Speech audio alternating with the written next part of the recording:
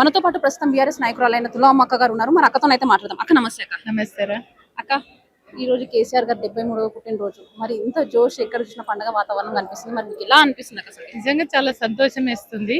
ఎందుకంటే నేను ఊర్ల నుంచే వచ్చిన మొన్నటిదాకా మున్సిపల్ ఎన్నికలలో ఉండి ఊర్లో ఉండి వస్తా ఉంటే ఎక్కడోళ్ళక్కడ నిజంగా కేకులు కట్ చేయడము, మొక్కలు నాటడము, గుళ్ళల్లో పూజలు చేపియడము, ఎవరికి దోచిన పద్ధతిలో వాళ్ళు మాత్రం ఈ సంబరాలను జరుపుకుంటారు.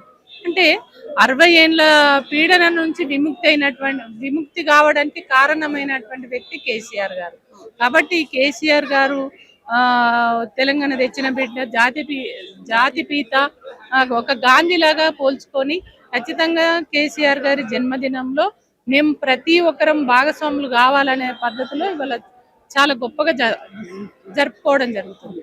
కాబట్టి కేసీఆర్ గారు ఒక చరిత్రను సృష్టించినటువంటి వ్యక్తి, చరిత్రలో స్థిరస్థాయిగా నిలిచిపోయేటువంటి బిడ్డ కేసీఆర్ గారు.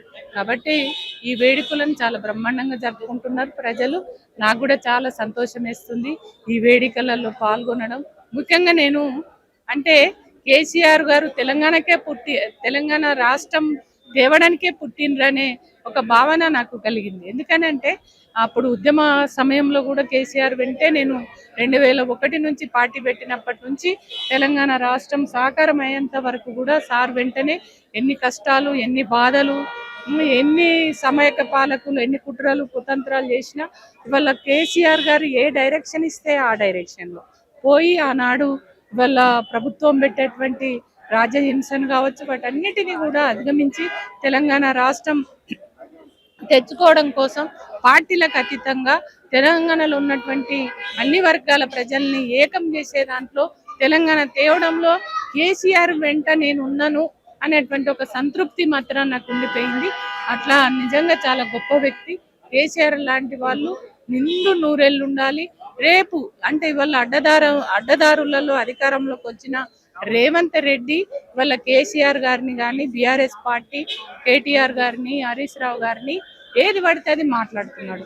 వాళ్ళ తెలంగాణ ప్రజలందరూ కేసీఆర్ గారిని ఒక జాతిపితగా, ఒక గాంధీగా, ఒక తెలంగాణ తెచ్చిన బిడ్డగా ప్రేమిస్తుండే వాళ్ళ సంతోషాన్ని వాళ్ళ భాషలో వాళ్ళు సంబోధిస్తుంటే కూడా ఆయన జీర్ణించుకోలేకుండా ఉన్నటువంటి దుర్మార్గుడు. అంటే అది ఈర్ష్యపడి వాళ్ళ ఆ రకంగా మాట్లాడుతున్నటువంటి పరిస్థితి ఉంది. కాబట్టి ఏదేమైనా ఖచ్చితంగా కేసీఆర్ గారు తెలంగాణ కోసమే పుట్టిన బిడ్డ, తెలంగాణ తెచ్చిన జాతిపిత, తెలంగాణ గాంధీ. కాబట్టి తెలంగాణ ప్రజల గుండెలలో చిరస్థాయిగా నిలిచిపోయేటువంటి బిడ్డ. కాబట్టి అందరూ సంబరాలు సంతోషంగా జరుపుకుంటున్నారు. రాష్ట్ర వ్యాప్తంగా కేసీఆర్ గారి బర్త్డేని చూస్తుంటే మళ్ళీ బీఆర్ఎస్ పార్టీ ఉన్నట్టే అనిపిస్తుంది. మరి అది నిజమేనంటారా? ఉన్నట్టు కాదు, ఖచ్చితంగా ఉంటది. ప్రజల గుండెలలో కేసీఆర్ స్థిరస్థాయిగా ఉండిపోయిండ్రు. కాబట్టి ఇప్పుడు కొద్ది రోజులు అంటే అప్పుడు రేవంత్ రెడ్డి ఇచ్చినటువంటి హామీలు ఏవైతే ఉన్నాయో, ఏవైతే 420 హామీలు, 6 గ్యారంటీలు పేరు మీద అంటే కేసీఆర్ 2000 ఇస్తే నేను 4000 ఇస్తా అన్నాడు. ఇవాళ కేసీఆర్ కళ్యాణ లక్ష్మి ఇస్తే నేను అదనంగా తులం బంగారం అన్నాడు. కేసీఆర్ రైతు బంధు 10,000 ఇస్తే నేను 15,000 అన్నాడు. ఇంకా అదనంగా ఏమన్నాడు, చదువుకున్న ఆడబిడ్డలు ఉంటే స్కూటీ ఇస్తా అన్నాడు. ఇట్లా చెప్పుకుంటా పోతే చాలా ఉన్నాయి. అవన్నిట్లలో ఏది కూడా అమలు చేయలేదు. బస్సు ఫ్రీ అన్నాడు, ఒక ఆడామెకు బస్ ఫ్రీ అన్నాడు, మొగైనకు డబుల్ ఛార్జీలు పెంచిండు. ఆయన చేసింది ఏముందంటే జీరో, ఏమి కూడా చేయలేదు. కాబట్టే వీళ్ళ తెలంగాణ ప్రజలకు చాలా క్లియర్గా అర్థమైంది, అరే రేవంత్ రెడ్డి అనేటువంటి వ్యక్తి మమ్మల్ని మోసం చేసిండు, మమ్మల్ని మోసం చేసి అబద్ధపు హామీలు ఇచ్చి మా ఓట్లు వేయించుకున్నాడు, అవి ఒకటి కూడా అమలు చేస్తలేడు. నిజంగానే కేసీఆర్ ఒక తెలంగాణ తెచ్చిన బిడ్డ, ఉద్యమకారుడు. మేమేం అడగకుండానే ప్రజలకు చాలా సంక్షేమ పథకాలు, ఒకవైపు రోడ్లు కావచ్చు, కరెంటు కావచ్చు, నీళ్లు కావచ్చు, అట్లా బ్రహ్మాండంగా అభివృద్ధి చేసిండు. ఆయనను కాదనుకొని గీని దరిద్రుల్ని తెచ్చి పెట్టుకున్నామనే భావన ఇవాళ ప్రజలలో వచ్చింది. కాబట్టి ప్రజలు ఇప్పుడు ఏమనుకుంటున్నారు, ఖచ్చితంగా తెలంగాణ తెచ్చిన బిడ్డ, ఉద్యమకారుడు కేసీఆరే మళ్ళా రేపు ముఖ్యమంత్రి కావాలి. ఖచ్చితంగా రేపు రాబో రోజులలో ఇంకా 2 ఏళ్ళు అయితే అయిపోయాయి.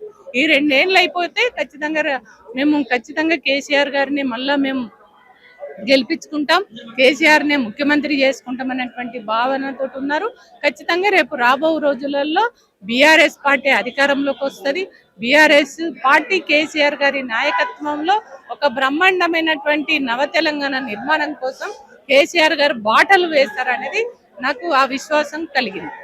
అక్క, అయితే జరిగిన మొన్న మున్సిపల్ ఎలక్షన్స్ అయితే జరిగినాయి కదా, అయితే మున్సిపల్ ఎలక్షన్స్ లలో బీఆర్ఎస్ లో గెలిచిన వాళ్ళని కొంతమందిని తీసుకొని వెళ్లారని కూడా వార్తలు వినిపిస్తున్నాయి. మరి అది ఎంతవరకు నిజం అంటారు? కొంతమంది కాదు, ఎలక్షన్ అప్పటి నుంచే కొంతమందిని కాదు, ఎట్టి పరిస్థితుల్లో బీఆర్ఎస్ ను గెలవనీయొద్దని కుట్ర.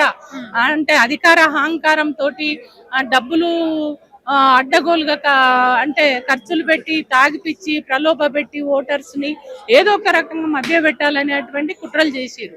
వల్ల ఎన్ని కుట్రలు కుతంత్రాలు చేసినా మీరు ఓట్ల సంఖ్య మీరు చూస్తా ఉన్నారు ఎంత పోలైంది అనేది. వాళ్ళకి 15 లక్షలు వస్తే మనకు 10 లక్షల చిల్లర వచ్చింది, 11-12 లక్షల దాకా వచ్చింది. అంటే ఇంత ఓటు బ్యాంకు పెరిగిందో అంటే అన్ని కుట్రలు కుతంత్రాల మధ్య కూడా మనం అంతా ఓటు బ్యాంకును మనం తెచ్చుకోగలిగినాం. అంటే ప్రజల గుండెలలో కేసీఆర్ ఉన్నాడు, బీఆర్ఎస్ పార్టీ ఉన్నది, బీఆర్ఎస్ పార్టీ నాయకులు ఉన్నారు. కాబట్టి వాళ్ళ మళ్ళా నువ్వు గెలవకుండా అడ్డుపడ్డావు, గెలిచినాక కూడా దొంగతన మాకు సరిపోను సంఖ్య ఉన్నా కూడా మా వాళ్ళను మున్సిపల్లోకి పోకుండా అడ్డుకోవడము, మా వాళ్ళను దొంగతనాన్ని ఎత్తుకపోవడము, ప్రలోభాలు పెట్టడం అనేది కుట్రలు చేస్తున్నాడు. ఇవన్నీ ప్రజలకు తెలియదా? ప్రజలు గమనిస్తున్నారు కదా. నువ్వు ఎన్ని కుట్రలు కుతంత్రాలు చేసినాక రేపు వచ్చే 2 నెలలలో నువ్వు ఎవరినైనా ఆపుతావు? ఒక దాని ఏది విప్లవం అనేది ఆగదు కదా. నువ్వు ఖచ్చితంగా చరిత్రను సృష్టిస్తారు, ఒక మంచి తీర్పునిస్తారు. రాబో రోజులలో ఖచ్చితంగా బీఆర్ఎస్ పార్టీని తెలంగాణ ప్రజలు గెలిపిస్తారు.